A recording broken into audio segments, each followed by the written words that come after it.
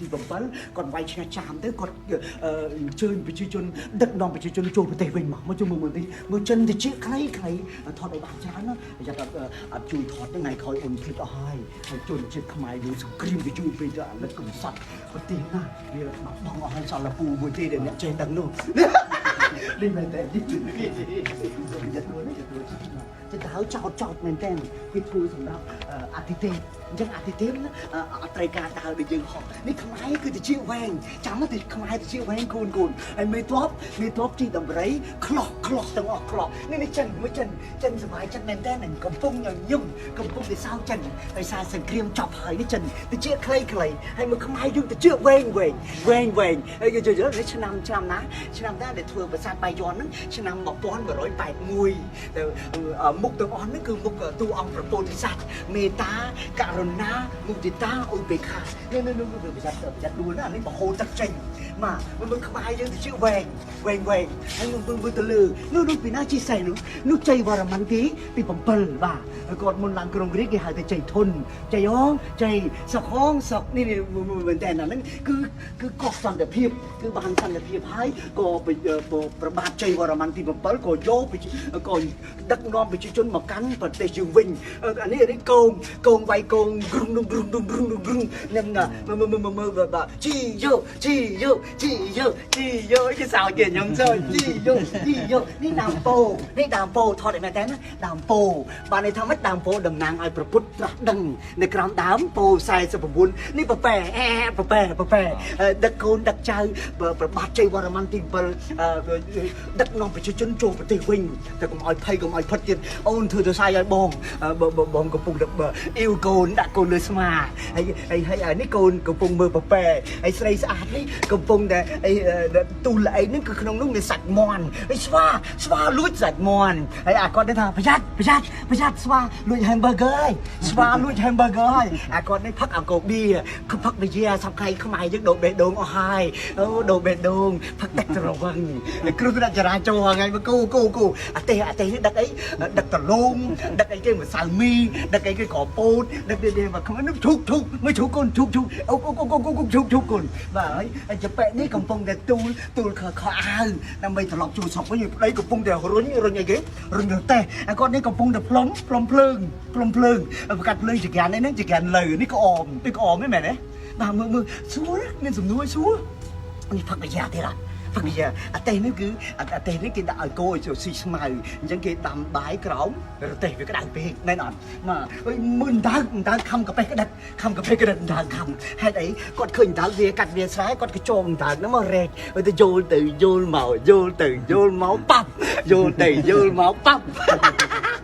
នេះទ្រង់ត្រីអានេះជួអាចអត់មានប្រគុណអាចទៅតាមជនបទអញ្ចឹងមកថាកម្មានេះ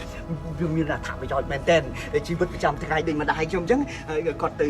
ធ្វើស្រែអីគាត់ចងអញ្ចឹងម្ដាយខ្ញុំគាត់ចងអញ្ចឹងមិនអញ្ចឹងហើយដល់ពេលទៅតាមជនបទមាត់ទន្លេគាត់លក់បាយទៅសក់ត្រាំលហុងត្រាំត្រីជៀននេះគាត់ធ្វើអញ្ចឹងទូលប៉លីសវាយក្បាលបាយអីគាត់អត់ឲ្យតាមចាំផ្លូវឯងហើយទៅខ្មែរក្រហមខ្មែរវាហូមគេធ្វើចេះអញ្ចឹងហើយដល់ពេលទៅតាមជនបទអីវាយើងទៅជួយអាចអីវាអត់មានកម្មាណាអត់មានកម្មាឆ្កែស៊ីអាចអស់ហើយអញ្ចឹងទៅតោតអញ្ចឹងមិនមែនទៅតាមជនបទគេ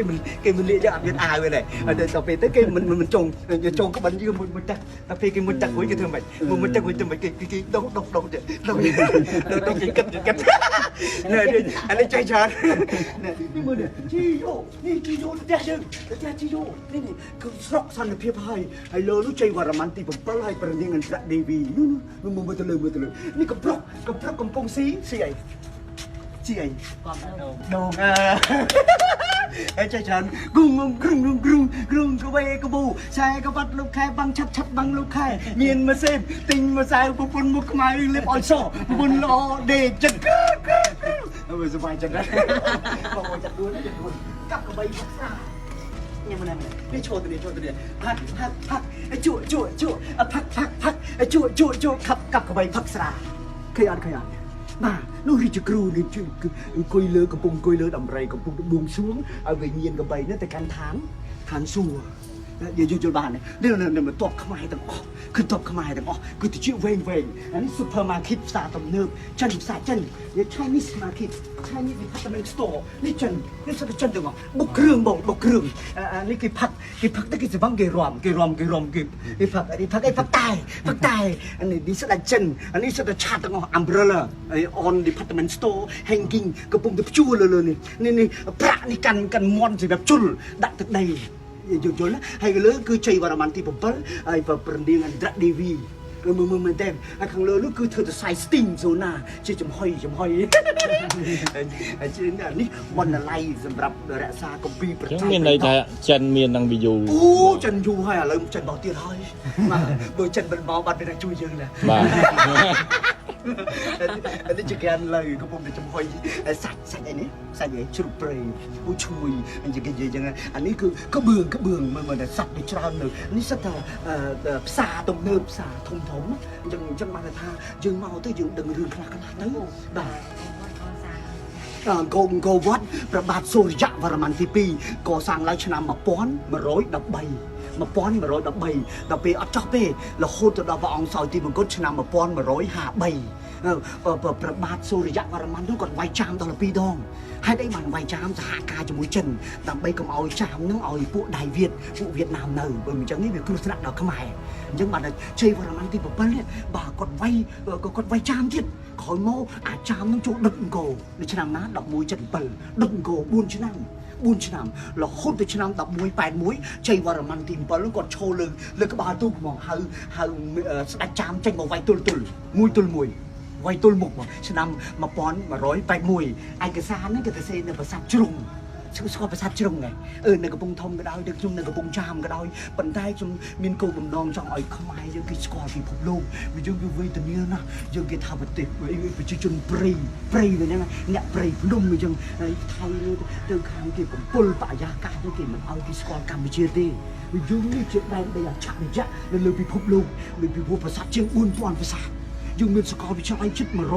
ហ្នឹងអញ្ចឹងបានថាក្នុងនាមមហាគ្រួសារខ្មែរបើយើងមិនជួយខ្មែរទេវាតេតណាគ្រាន់តែយើងនៅខាងលើនោះសិទ្ធិប្រកាឈូកទាំងអស់គឺតំណាងឲ្យតួអង្គប្រពោធិសត្វនោះនៅលើកំពូលលើនោះ54កំពូលកាលពីដើមមាន54ខេត្តសម័យព្រះបាទជ័យវរ្ម័នទី7ដល់ពេលអញ្ចឹង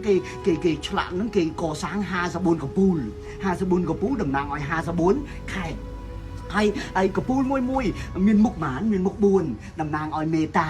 ករុណាមុទិតាឧបេក្ខាវាមិនអញ្ចឹងទេមេត្តាករុណាមុទិតាឧបេក្ខាឆ្លាតយល់បានទាំងអស់54កំពូលហើយគុណនឹង4ឃើញបាន216ហើយ2 + 1 + 6ឃើញលេខ9តំណាងឲ្យពិភពទាំង9នៅក្នុងប្រព័ន្ធព្រះអាទិត្យយើងតានិយាយទៅវិញអរគុណច្រើនអរគុណច្រើនដែលបានស្ដាប់